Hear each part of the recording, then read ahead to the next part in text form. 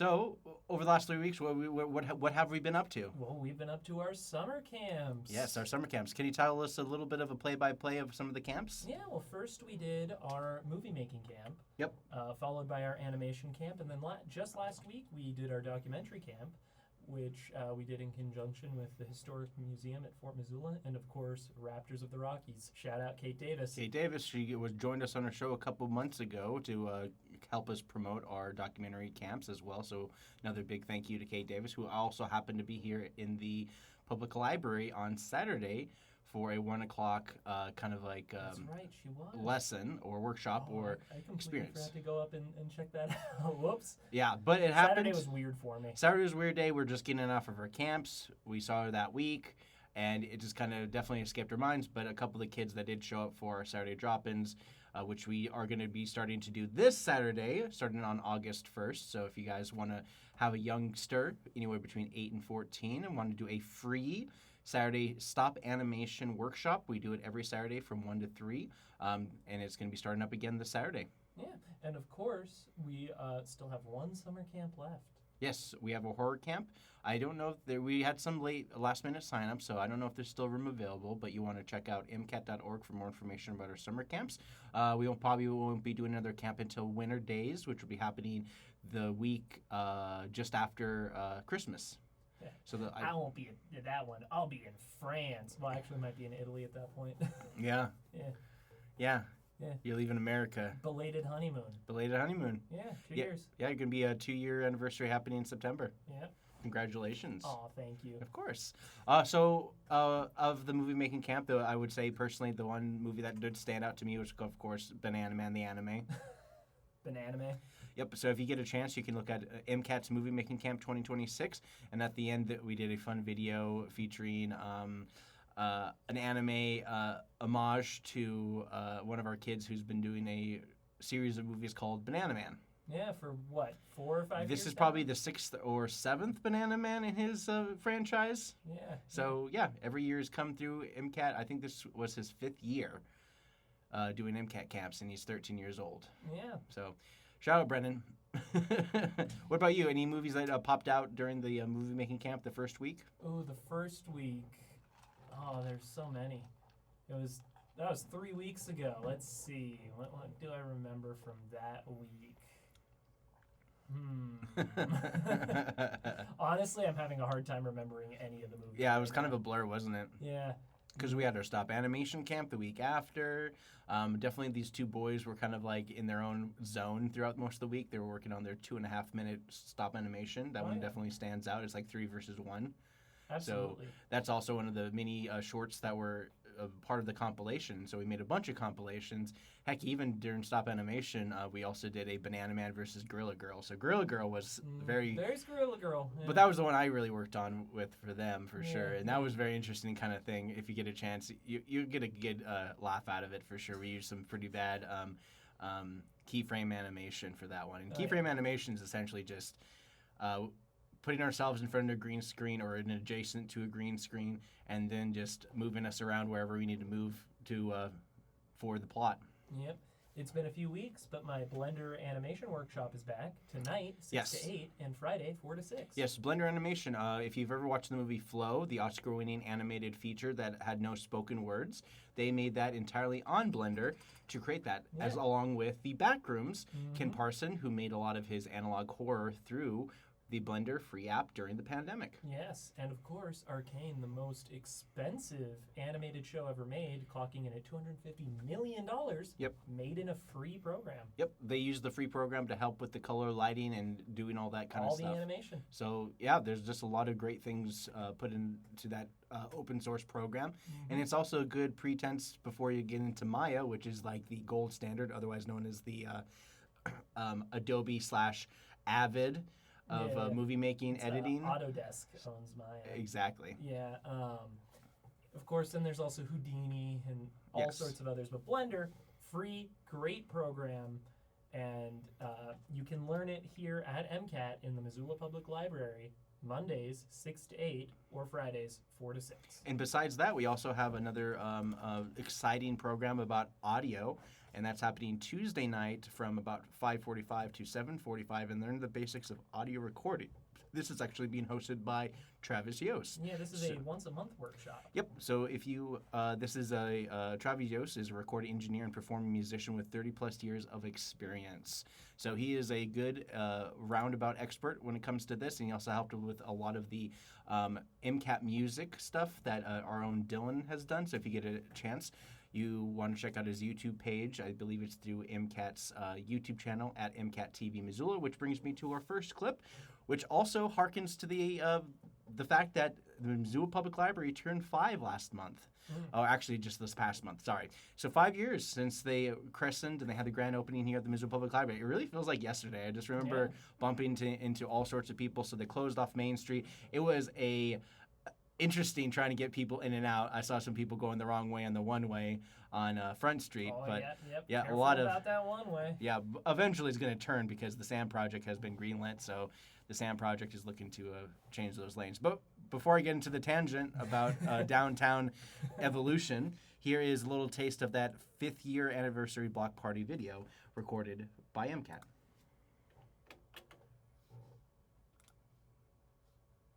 That was beautiful. Thank you so much. So 5 years ago, MPL opened this remarkable new building with one hope, that it would belong to everyone.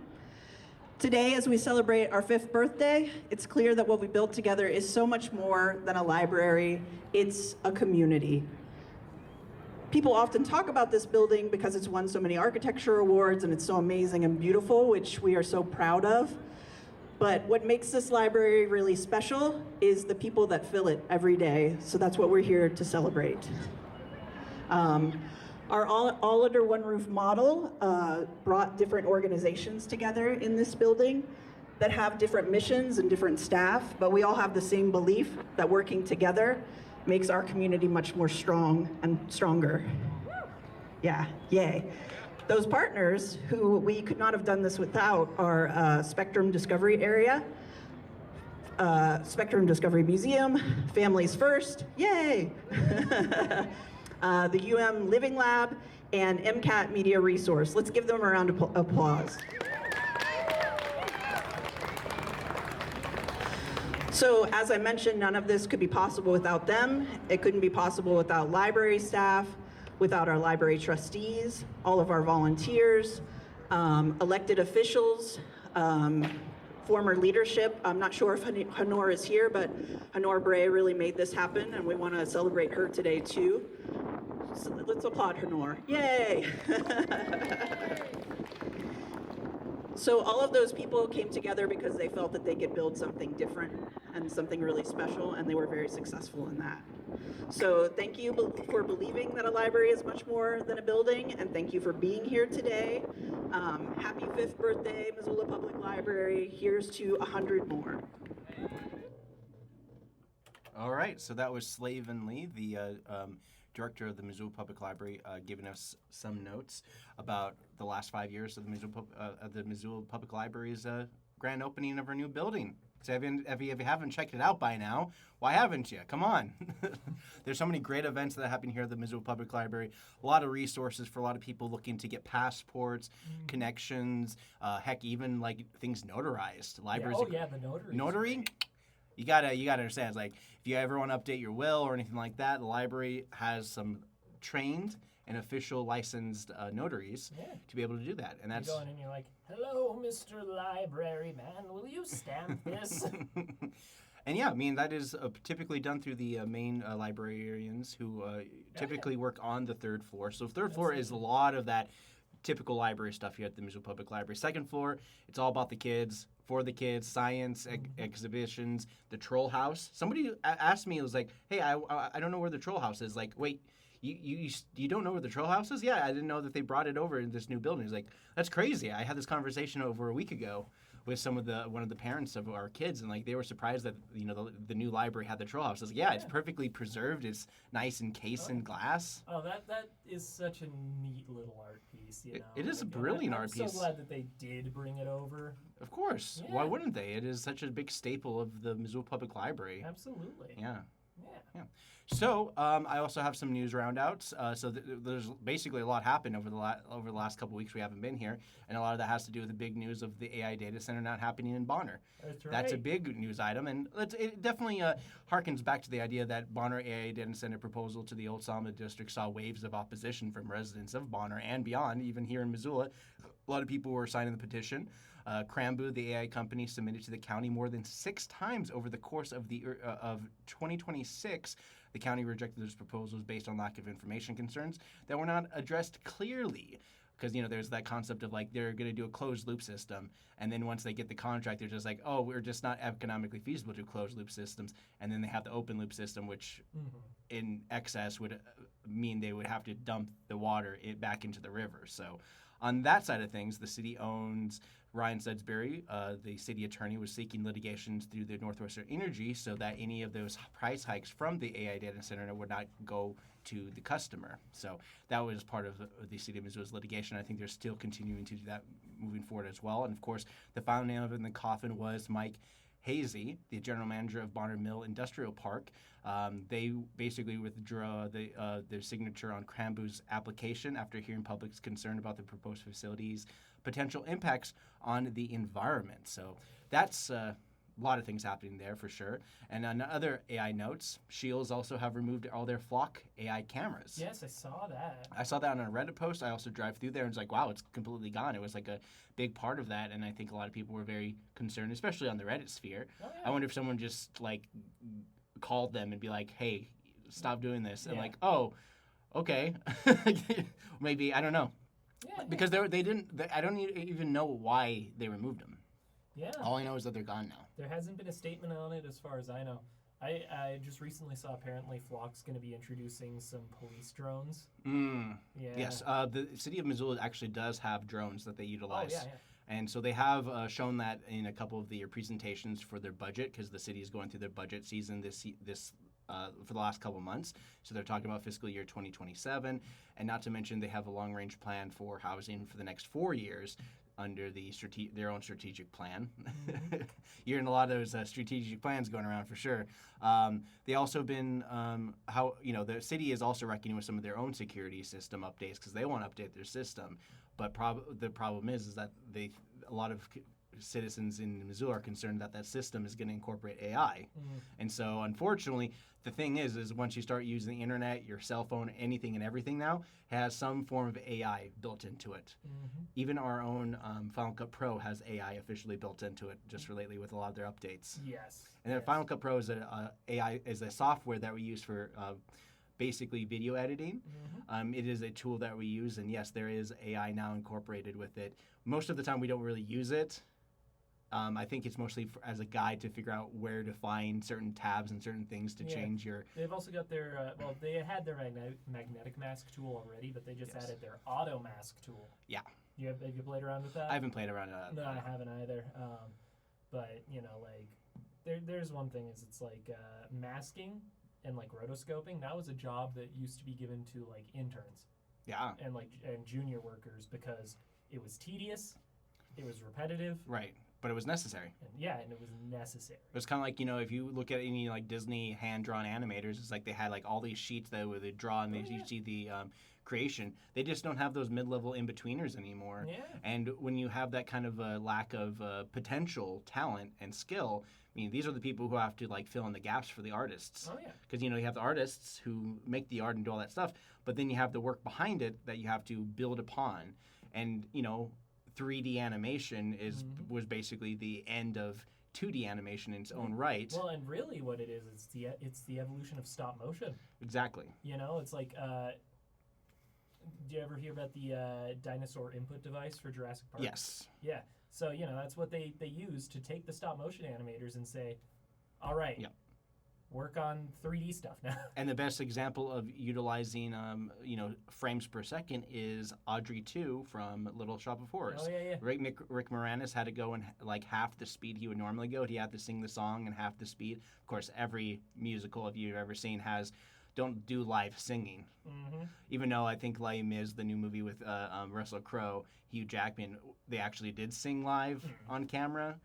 Which is like, okay, I guess it's a fine gimmick, but they might have probably filled in some gaps because some of the audio in that movie was all over the place, especially in the shipping scene. Anyways, let's not talk about that, but the main point I want to make through the city of Missoula is that they are trying to pursue updated systems with their cameras, primarily the Currents Aquatic Center, which is off Craig Lane. They want to update that system, but this is like a pretense to update the whole entire network, not just the cameras themselves. So the city's looking to spend upwards of $366,390, and they have tabled it thus far because they haven't figured out an approach to appease everyone and to avoid that whole AI debacle, which is becoming such a big staple amongst the current and future generations who are outright rejecting it. Yeah.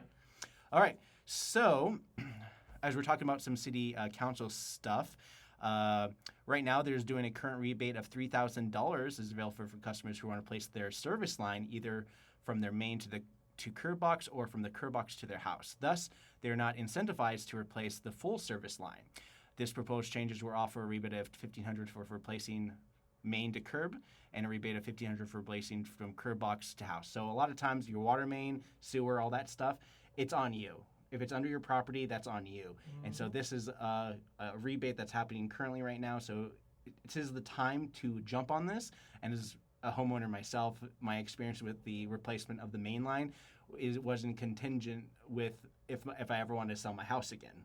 So apparently I had to become in compliance if I wanted to have the ability to sell my house. Yeah. So in a lot of ways, my main line was keeping me hostage from being able to sell my house. Yeah. So just think about that right now. There's an opportunity through this, and you can look at this through the City of Missoula's website as well, ci.missoula.mt.us.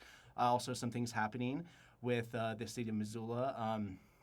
Let's see, Public Safety and Health, which happens soon after the to be discussed Fire Station number 6 as the fire department plans to expand their coverage area closer to Reserve Street. This is on 210 South 3rd.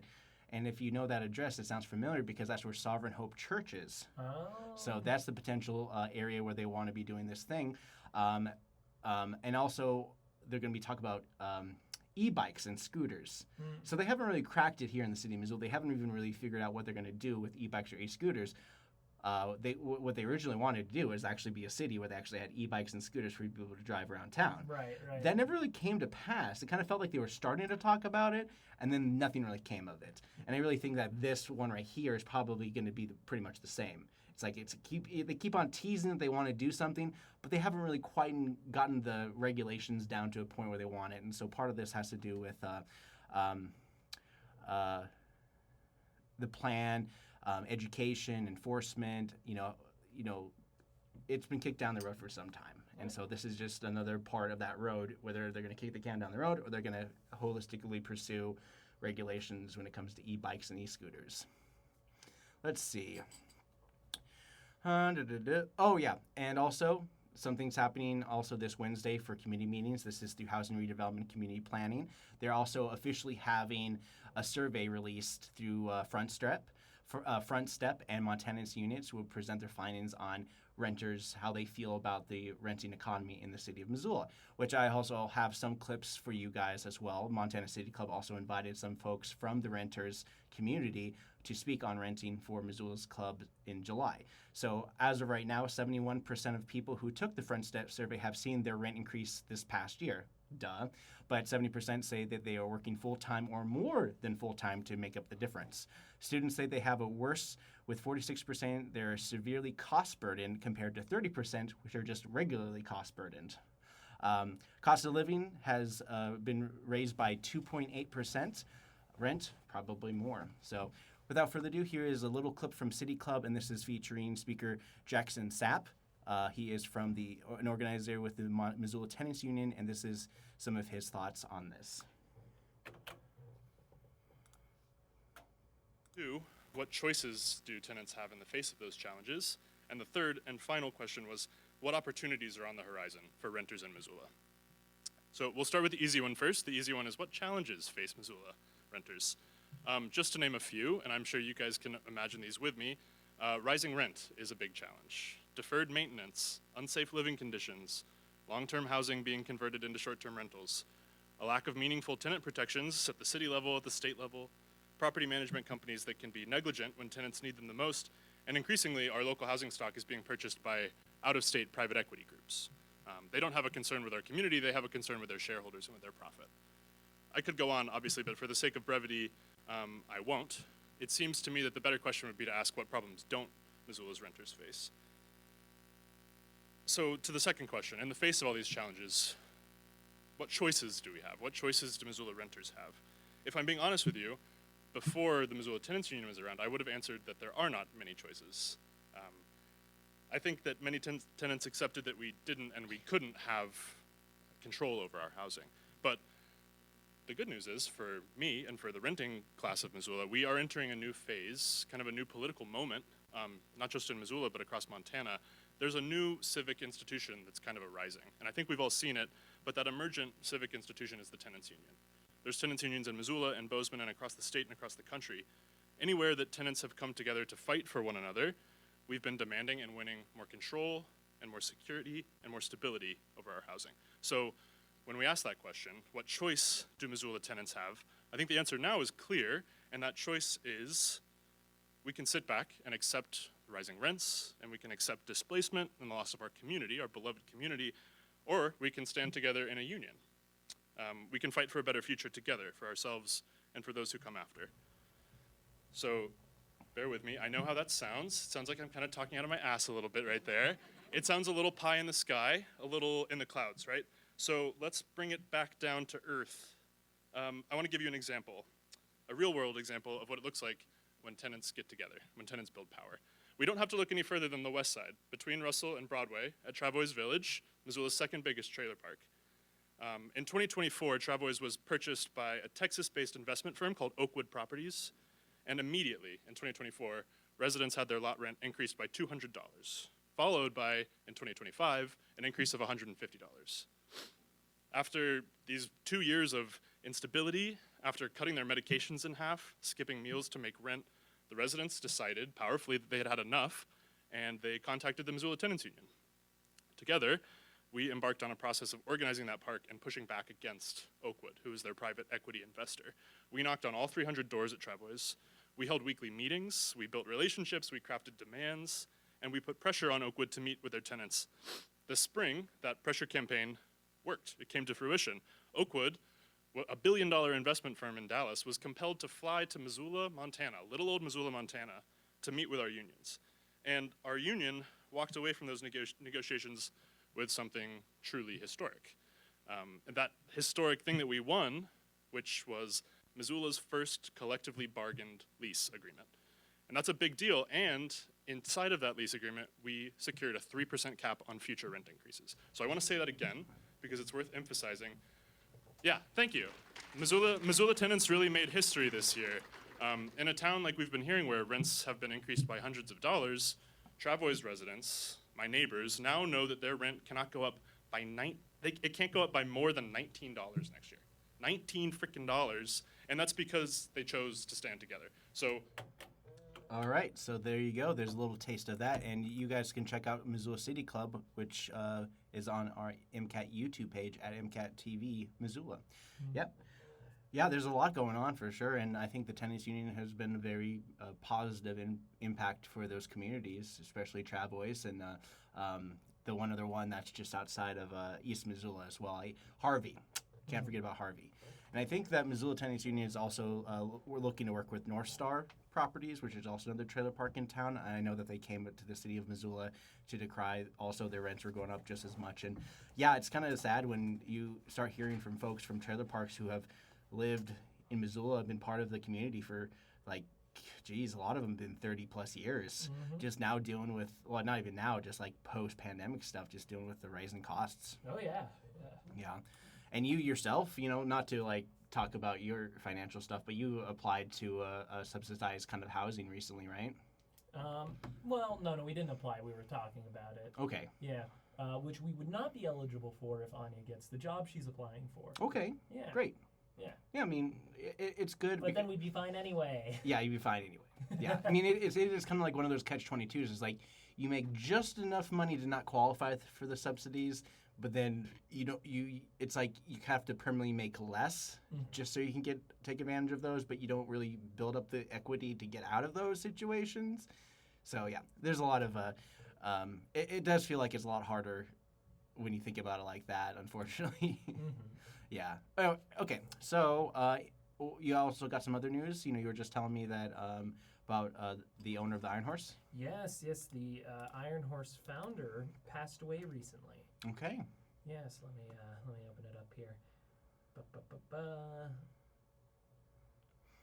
Have you been seeing the posts about the Walmart cakes? Yes, Yeah. they're back. Yep. I definitely want to hark on them a little bit more because we don't talk about them as much on our show. But it is definitely something worth checking out for sure. If you haven't seen any of those posts on Reddit, especially Missoula subreddit, they've been posting a lot of those quirky, original Walmart cakes. Yeah. Tammy Urish. Yep. Who founded the Iron Horse, passed away. I wasn't able to find cause of death, but she was getting up there, I think. Okay. I don't really know. I didn't know her personally. Yeah. So, Yeah, Iron Horse is definitely one of those staple places here in town that have been around a long time, for quite some time for sure, because I know that they were definitely a big hitter for a lot of people looking to, go downtown, go to a nice place to eat. I know especially it was kind of like one of my favorite places to go for sweet potato fries. Oh, absolutely. So they had some really good sweet potato fries back in the day and had an amazing, spicy, tangy, kind of like dipping sauce that they would put on there. And, people would always complain about my breath. And so that's when I had to, be like, okay, I need to get some more breath mints and gum right after that. But yeah, those sweet potato fries. It wasn't the sweet potato fries per se, as it was mostly to do with the sauce that I was dipping it in. It was kind of like a spicy ketchup kind of thing. Right. Yeah. Dijon ketchup. I guess. It didn't taste anything like mustard. I think it would probably be more like a spicy ketchup than anything. Yeah. So yeah, I mean, if you're out for lunch and you want to do that kind of stuff, I highly recommend sweet potato fries over at the Iron Horse. Yeah. Let's see. What about you? Do you have any good lunch recommendations? Oh, good lunch recommendations for today. Where would I go today? That is a good question. Well, I made some quesadillas this morning. So Anya made pancakes. Yeah. You know what? La Petite. They're a great bakery. Nice. Yeah. That's where whenever Anya and I make pizza at home, that's the dough we get is from La Petite. Yeah. Someone was telling me about good. some of the bread and the stuff that like they have like a garlic butter that they make in house over at Florabella. Okay. Someone was telling me all about it. So if you want to check that out, Florabella. Yeah. I went there once. Yeah. It was pretty good. I mean, I didn't have any complaints about it. Yeah, I mean, I've been there when it was Cafe Dolce beforehand. It was the kind of like the new like in section Rose Park kind of like business. It wasn't kind of like one of those businesses like in a business row. It's kind of like a stationary kind of place, just kind of outside the beaten path, but still close enough for residents of Rose Park and the neighboring areas just to kind of walk just to. a few walks from it. Yeah, I can't imagine like maybe Hellgate High School kids would walk over there, get like a coffee, then go back to whatever they're doing. Yeah. Hellgate High School kids, for the most part, would stay on the hip strip, at least when I was in high school. Oh, for sure. It's like right then and there.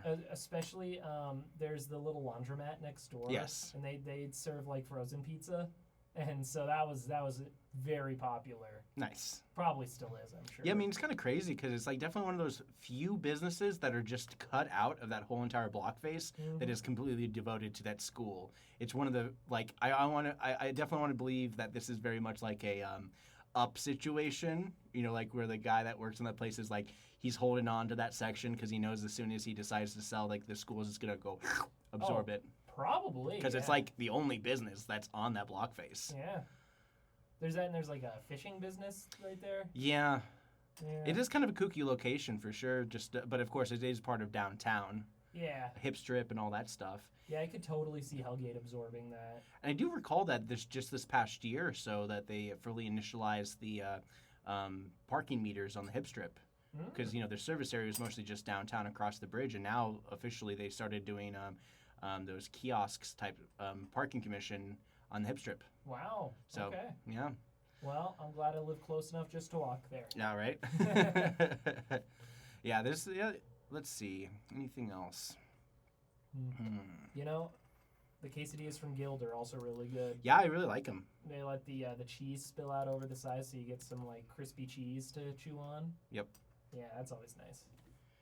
Yeah, and then, here, K-Pax just released a story the other day, if we're talking about some of the smoke here in town, because that is definitely something we need to talk about for sure. Oh, yeah, in our Bowl Valley. Bowl Valley, yep, with 136, 37 particulate matter in the air. We kind of started off the week last week with about 60 to 80.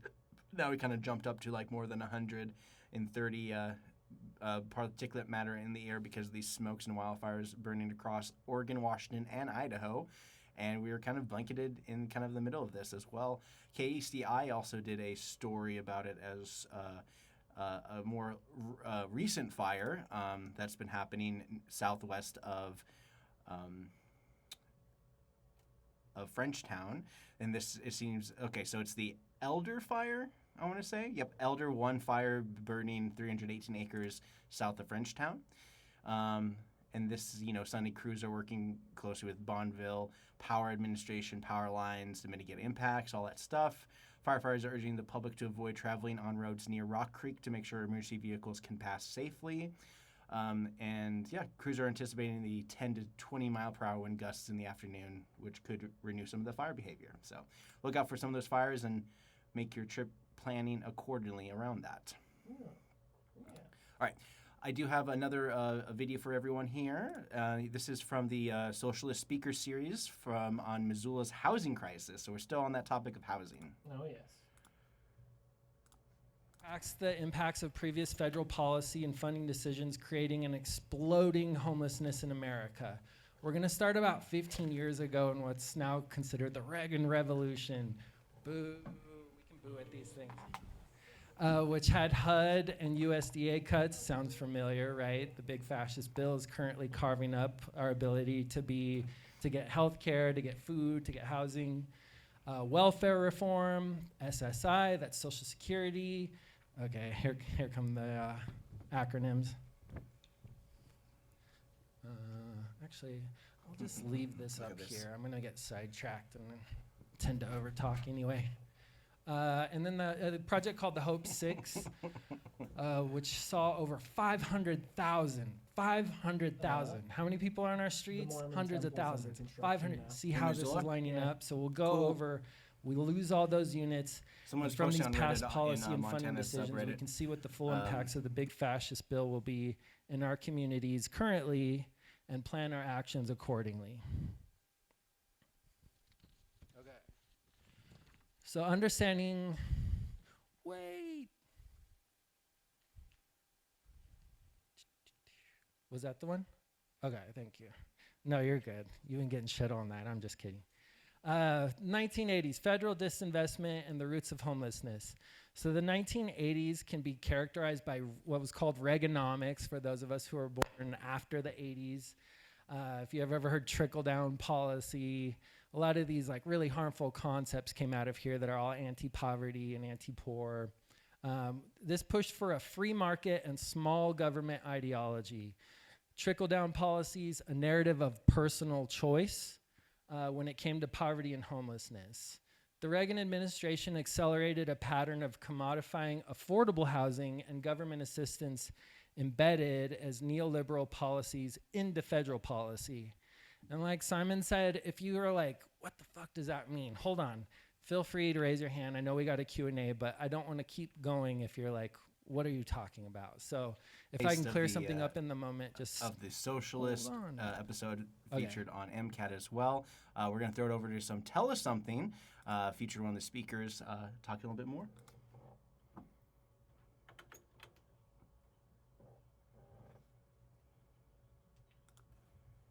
Mischief any day of the week, and that's probably why I loved her so much. One Sunday, we're lounging around the dorm, and she comes running up, and she's got the biggest box of chocolate. I mean, it's huge. And she goes, "Look what the nuns were going to throw out, you guys." And we're like, "What?" She goes, "They were underneath all the newspapers. They were going to throw them out. Come on, come on, come on, come on, come on." And we take off, And where we're going is the book closet in the high school because it was our little hideaway, our little, gonna do something wrong, go there. So we haul ass down there, and we go in, and there's a bare bulb on the ceiling, and a long string, smells like mildew and old textbooks and a little bit of mimeograph paper, and it's dirty, and we sit down, and there's that box of chocolate. Now, if any of you guys have ever been handed a box of chocolate and been able to pick something, you know that little exploratory poke you do? Like you just kind of like do a little, in case it's like nougat or something and you really don't want it. There was none of that. We tore into that chocolate like a pack of wolves. You just take a bite. If you didn't like it, you just spit it out. Just threw it on the ground. It was insane, and we weren't saying much, okay? It was very quiet. We just, bah, bah, bah. And then we heard it. What was that? That was rosary beads knocking against that habit. And we had all learned very quickly that each nun had a different sound. Their stride determined what those wooden beads sounded like, and that was Mother Ann Clare. The principal of the high school stood about this tall. Well, Betty stupidly reaches up and turns out the light. Dumb. And so Mother Ann Clare notices that and opens the door. Sunlight pours in.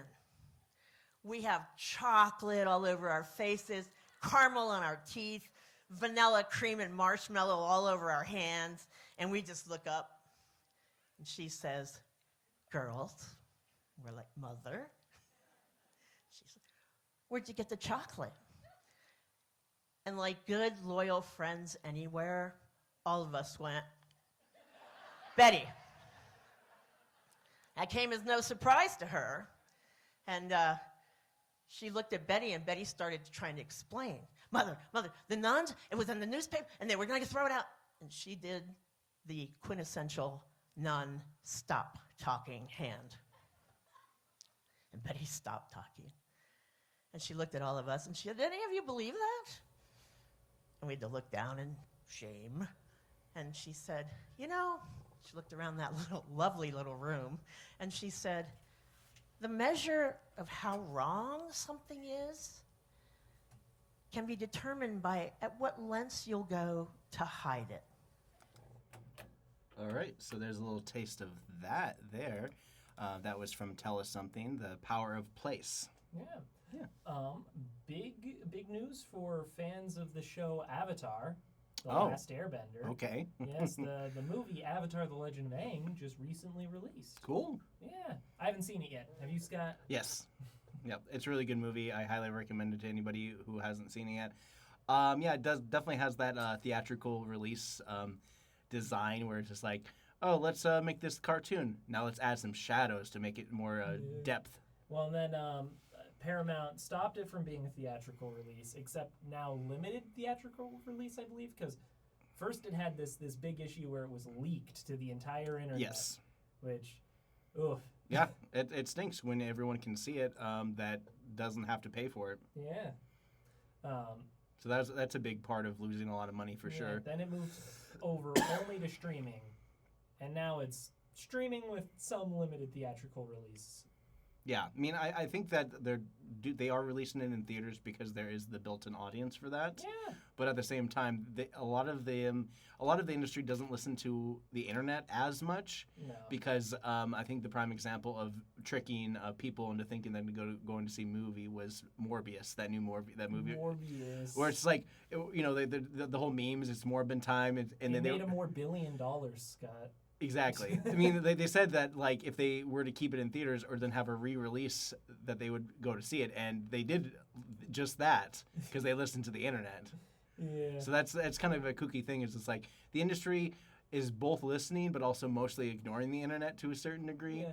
Well, they just don't know how to pick up on obvious jokes. Yeah, because there's certain sects of the internet, that hate the Odyssey because of the whatever. I thought it was pretty all right. I mean, it's a great movie, regardless, and it definitely taken an approach of honestly somebody who is battle weary and ready to go home.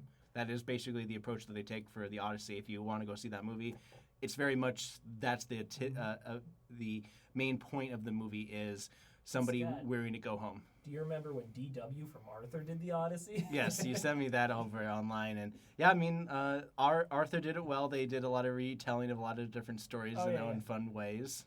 I always like when shows do that, where it's like, we're gonna tell you a classic, except we're gonna replace the characters with us. Yeah, and I like how the internet's kind of revitalizing the. It's like, did you know that Ziggy Marley, Bob Marley's son, is the guy who wrote the Arthur song? And everyone's like, whoa! It's like hearing it for the first time for a lot of people. Well, I didn't know that at first. I know, isn't that crazy? It's like you just don't think about that kind of stuff. Yeah. But hey, he came through Missoula. He was at the Just He was the Kettlehouse Amphitheater, I believe, a couple weeks ago. I think it was like on the 22nd of July or something. And he didn't even sing the Arthur theme song. I don't know. I wasn't there. No, He could have easily sung it because.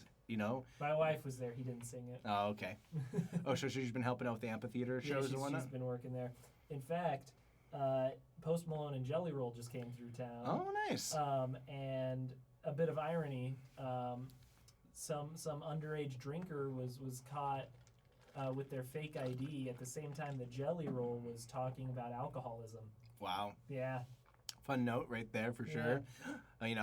Kids are always going to look for a plug or any kind of downstream attachment to do what adults do on the reg. And if that kid's listening right now, they caught you. They got you good. They got you good. I hope you're grounded for months. Anyway, here's my home address. Now you can dox me. Pretty much.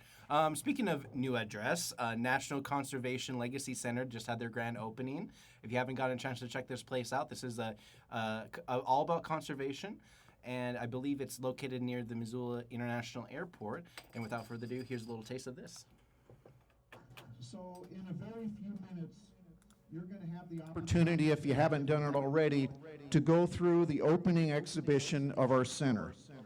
Conservation in America truly, truly is an amazing story. Of course, I'm just a little biased, as most of us are. But it's so many, many stories woven into a tapestry. We really want to hear from you about your experience in the center, candidly, too.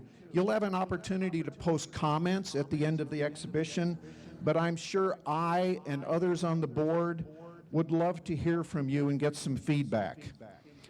And when you're in the center today, please also take the time to go down and visit Dave's Stack at the end of the building where the repository is. And open those doors and ask Dave about what it's like to receive all these items and to catalog them. Our collection is probably pushing 60,000. Many of those items are online. I don't know if any of you have been online, but it's incredible what you can do. Use a keyword, and all this amazing history pops up before your eyes. The other thing I really want to encourage you to do is there is a lookout tower on the 3rd floor. It's kind of lonely up there. Please go up there and visit.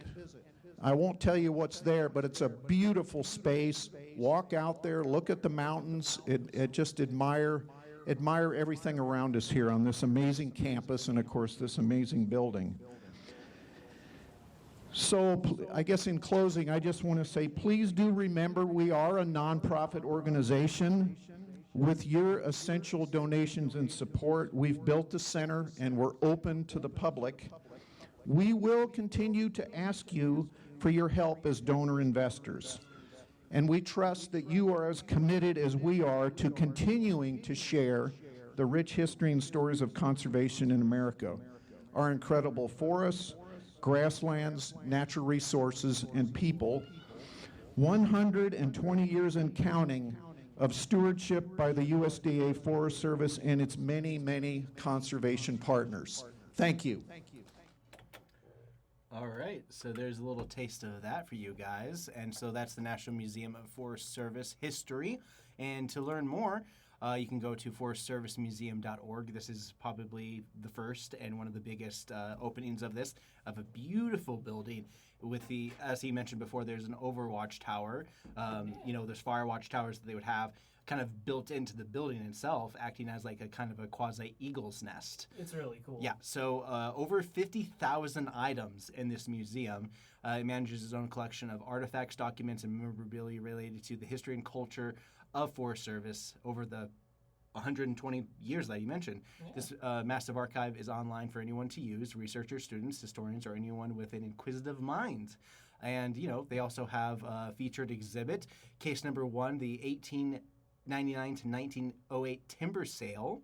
This is a name given to the timber sale U.S. government landed in the Black Hills Forest Reserve in South Dakota. Under the contract, 13 million board feet of ponderosa pine trees were cut from the Forest Reserve by the Home Stake Mining Company. So, yeah, there's a lot of interesting history, a lot of things to explore. And if you haven't seen the building, it's like, whew, so beautiful. The wood finish on the outside, just everything about it is brilliant and amazing. And I believe the location is 6305 Highway 10 West in Missoula. And like I said, it's kind of right next to the airport. You really can't miss it. Yeah. Kind of like going a little bit past Minuteman Aviation. And they had a couple of things kind of there beforehand, but this is like their main building. And I'm just glad that this grand opening happened. And they basically been doing their thing since July 16th through the 17th, which was their grand opening. Yeah. So it's not even been open that long. If you haven't gotten a chance to check it out, today might be your day. Absolutely. Yep, it's open daily from 10 a.m. to 4 p.m. Of course, Memorial and Labor Day is closed, but that's pretty much. It seems like it's going to be pretty much open most of the year. So yeah. There's something about the Firewatch Towers that really just seems to capture a lot of people's collective imagination. Yeah, I mean, I just think that instinctively we want to feel safe. Mm-hmm. And so with something that's so high up and has a 360 view of everything, you can see everything that's coming. It's also got a really neat silhouette. And I think, unfortunately, because the concept of feng shui, like when you actually look into it a little bit more, it's just like, oh, you're always ready in case somebody goes through the door and you're ready to, ready for them. So you never have your back to a door, which is part of feng shui. And I think it has a lot to do with our instincts of fight or flight. Yeah. So we want to know who's coming. Well, have you ever slept with your head towards the door? It's weird. Oh, huh. I never thought of it like that, but yeah, I do have. Sleep with your feet towards the door. I mean, my body is always pointed to the door when I wake up. Exactly. Even Yeah, because you can sit right up and you're ready to go. Yeah, pretty much. Yeah. Yeah. Your head's towards the door, you're way more vulnerable. Yeah, I hate that thought just because I like the idea of like sleeping comfortably. Because I always lock the door regardless. It's just an instinct of mine. Well, it's like, look, you're even ready to go and like you can sit up and walk to the bathroom. That's true. You don't have to be like, okay, let me orient myself. Right. Yeah. Any more than, being half asleep and needing to use the bathroom. All right, Neil, here's a scenario for you. Would you rather have $1 million or be forced to put on your pants with the other leg the rest of your life? There's no downside if I pick the million. But you have to put on your pants with the other leg. Oh, okay. And, it works in so many different levels because we're always so used to putting our clothes on one way.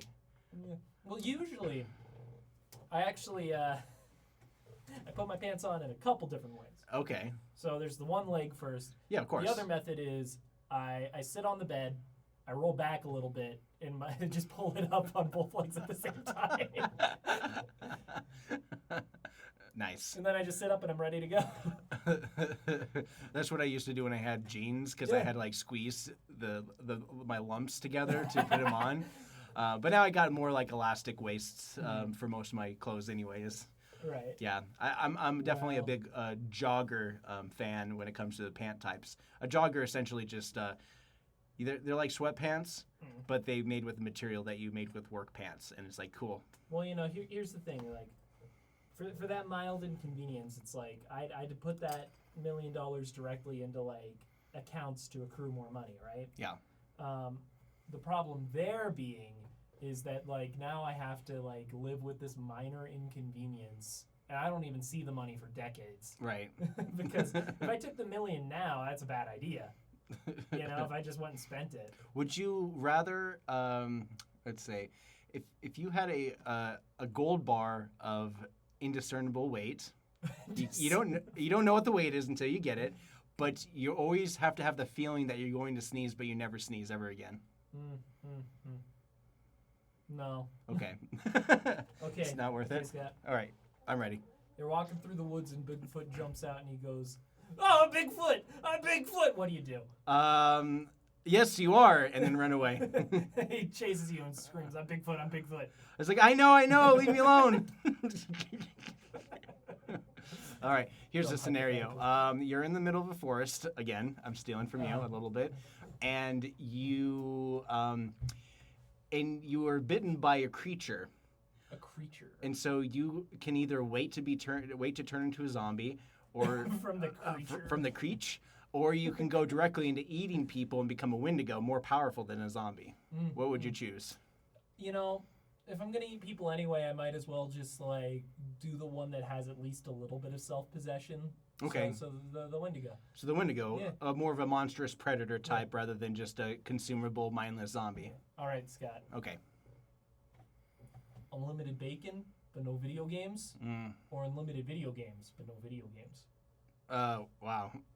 I kind of feel like we're already living in a time where we have kind of unlimited video games, and But yet we no never video play. games. And yet we never play any video games. I'm still stuck on Club Penguin level 2. Just kidding. I don't know what the game is. It was seriously just chat rooms, but you had a penguin walk around. And do Oh, things. gotcha. Okay. I mean, they had Penguin games, right? Isn't that where they Yeah, had like they had Penguin some bowling they had, and like, stuff some like that? mini-games, yeah. Okay. Yeah, but mainly it was like A chat room, but with avatars, yeah, but you're all penguins. yeah. Okay. All right. And you could do the penguin dance. Gotcha. Is the penguin dance in Fortnite? It Probably. might be. Every night. Well, everyone, of course, a lot of kids now say that's the Fortnite dance. It's like, no, that's this dance. That's Fortnite. the Charleston. Yes. It's in Fortnite. No, I don't doubt it. Like it's. No, because they got sued over it, Yeah. and the court was like, you can't copyright the Charleston. No, it's been too long. Yeah. Yeah, and Charleston or any of the family's not around anymore. No, Charleston is the one who tried to sue them. Really, these Charleston? Yeah, the Charleston. Well, the guy's probably been dead for like 50 years. Nah. He tried to sue them. Really? Yeah. Like, how old was this guy? I mean, the Charleston was like 1920s, so wasn't it? No, the Charleston's later than that. All right, we're gonna have to look up the Charleston. Like, we're gonna have to go really deep dive on this for the last 8 minutes of our show. You're listening to 101.5 KFGM. We have not done our station ID the entirety of the show, nor mentioned MCAT whatsoever. If you are interested in learning about radio and television, KFGM and MCAT are here in the Missoula Public Library on the first Maybe floor. it was his estate. Maybe it's the state. Yes, it's usually the estate. It's the same people who were behind Happy Birthday, or who would sue movies or TV shows or theater productions. It was 1923. Yes. I think I'm a different dance. Yeah. But of course, in the previous Gilded Age, from the 1990s to the 1930s. Sorry, I'm thinking of the Carlton.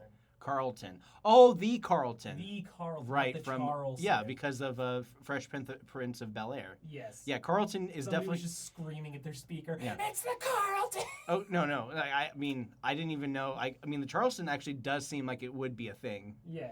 No, the Carlton. Yep. Carlton tried to Yes. sue. Carlton from the Fresh Prince of Bel-Air. Yes. The guy hasn't really.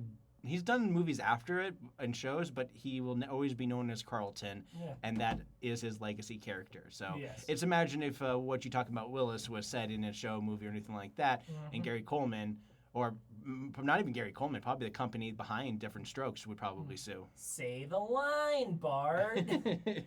That's all you get to do now. Pretty much. Yeah. All right, so yeah, the Carlton. So this whole entire drama was about the Carlton, not the Charleston. Yeah. Yep, there we go. We've had those moments for sure, but yeah, don't do the Carlton or you're gonna get sued. Apparently. No, the court ruled against him. Yeah. Yeah. Yeah, I mean. Can't copyright that dance. Yeah, I mean, I don't think that's like he did it quite a bit. I would say people have done that form of a dance forever, in some way or some form, regardless. But I don't know. That's the thing about art. In conjunction with Tom Jones. Yeah. It's not unusual. Fortnite is such a weird kind of thing because it's an amalgamation of like meme culture, internet, dances, and everything Yeah. kind of all built into Then one. there's Lego Fortnite. Yes. Which is a different game. Yes. Yeah, it's just an expansion of that, and yeah, I don't know. It is a interesting kind of universe that occupies in that world for sure, in that space. Let's see, anything happening through Montana Free Press? Yes, the city of Missoula is actually moving towards more green programs, which are trying to utilize green tariffs to help encourage the expansion of green programs. Where they're trying to figure out a better opt-in program for Missoula City residents to be encouraged to go greener in their properties.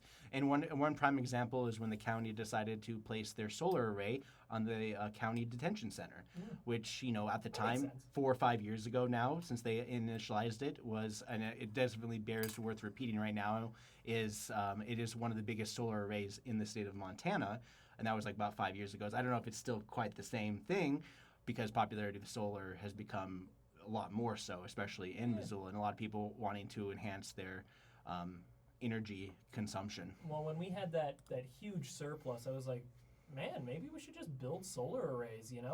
There's jobs right there. Mm-hmm. Yep, there's jobs. There's energy production. Yeah. Yeah. I mean, the jobs are there because I had some people update my solar panels just recently, put some bird netting around it to help prevent the pigeons from kind of taking over and colonizing my roof, which they have been slowly leaving. But, it's the ones that are born there that have a hard time leaving because, most pigeons will always return to where they were born, no matter what. They will go as far as tens of, probably hundreds of miles just to get back home. Pigeons are neat. Yep. So, part of this just, they're just looking to move forward with this with the partnership with Northwestern Energy. In 2019, the city and county set a joint goal for powering the Missoula urban area with 100% clean energy by 2030. The Green Power Program is the most significant opportunity available for governments to meet that goal, bringing the community about 10% closer to 100%. And, the strategic initiatives, the community is a little under 60% of its way of goals now. And this has to do with, a lot of city-owned property. And so, a lot of the city, they've been trying to do is utilize their own buildings, trying to be less energy impactful, and try to save the Missoula resident money with long-term goals of energy usage. And I'm not a big I'm not going to advocate for solar, but logically, it's like you're getting free energy from the sun, and the sun comes up every single day, and that's pretty much a guaranteed amount of energy that you get. So I'm just saying. Mr. Burns saw it, which is why he had to destroy it. And on the other side of things, I remember watching, there was a documentary, not even documentary, but a long-form news, like a foreign correspondence video about China's EV market, how, this one gal who hasn't been to Beijing since 2008, and she talks about how the air is much cleaner, the traffic's a lot quieter because of 50% of the vehicles in China, especially Beijing, are now EV electric. Oh, yeah. Oh, I have to talk about this anti-Bodner ad I just saw. Oh, really? It was way overdone. Was it pretty much? Yeah, it was like, Bodner's taking money from America-hating communists. That's hilarious. And they're playing like Chinese-sounding music, like the strings, The Inru and everything like exactly, that. Yeah, exactly.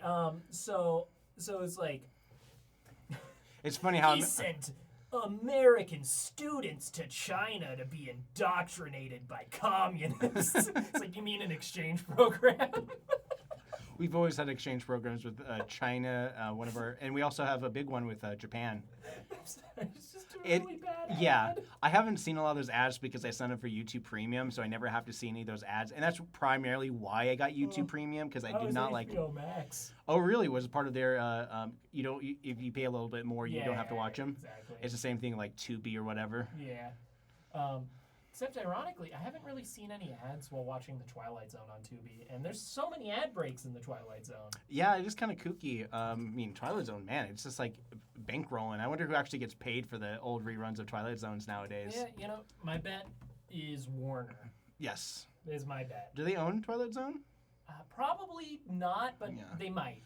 Who? Oh God, I remember Jordan Peele was doing. I just don't know what was the producers, executive directors behind everything to do with Jordan Peele's version of Twilight Zone, which I think lasted, what was it, 2-3 seasons? Paramount does. Paramount, yes. Skydance. Paramount. So not Warner. Yeah, but Paramount's all about Tyler Sheridan universe, all the cowboy stuff where they talk about cowboy things and history, but not real history. Just a bunch of tough guys doing tough guy things, right? Yeah. I mean, Tyler Sheridan's the only thing on Paramount that people would be willing to go to Paramount Plus for, compared to, of course, they do have a lot of other things on there. Yeah, but like Avatar: The Legend of Aang.